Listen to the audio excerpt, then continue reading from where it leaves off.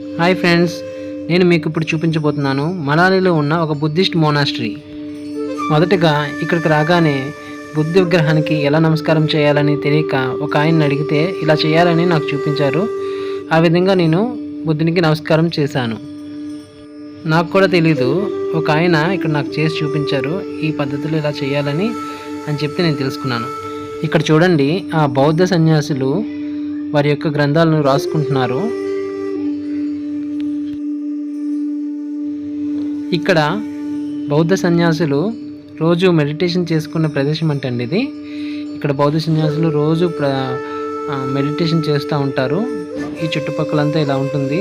మధ్యలో బుద్ధ విగ్రహం ఉంటుంది. ఆ పక్కన కనిపిస్తున్న ఆ దేవత పేరు హయగ్రీవ దేవత అని వాళ్ళు నమ్ముతున్నారనమాట. అలాగే ఈ ప్రదేశం చాలా ప్రశాంతమైనగా మెడిటేషన్ చేసుకునే చాలా బాగుందండి. ఇక్కడే పక్కన ఉన్న గదిలోకి వెళ్ళగా ఇక్కడ చూడండి, చాలా పెయింటింగ్స్ కనిపిస్తున్నాయి. ఈ బౌద్ధ మతానికి సంబంధించిన కథలు, వాటి యొక్క గ్రంథాల్లో ఉండే కథలు అక్కడ ఆర్ట్ ఫామ్లో చిత్రించి ఉన్నారు. వాటి యొక్క మీనింగ్ ఒకటి ఉంటుంది. ఇక్కడ చూడండి, సెంటర్లో పాము, గద్ద, ఒక జంతువు ఏదో ఉంది.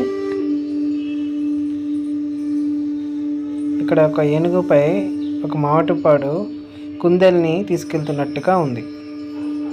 ఇక్కడ లోపలికి వెళ్తే ఒక పెద్ద గంట ఉందండి. ఈ గంటకు దండం పెట్టుకున్నాను. ఒకసారి ట్రై చేద్దాం తవ్వడానికి. పర్వాలేదు, దీన్ని తిప్పగలిగాను. ఇలా తిప్పితే ఇక్కడికి వచ్చిన యాత్రికులు, బౌద్ధ సన్యాసులు ఇలా తిప్పుతూ ఉంటారండి దీన్ని. ఈ గంటని మనం కూడా తిప్పుదాం. వాళ్ళకుండే భక్తిలాగే మనం కూడా భక్తితో ఇక్కడ ప్రతి ఒక్కటి చేద్దాం.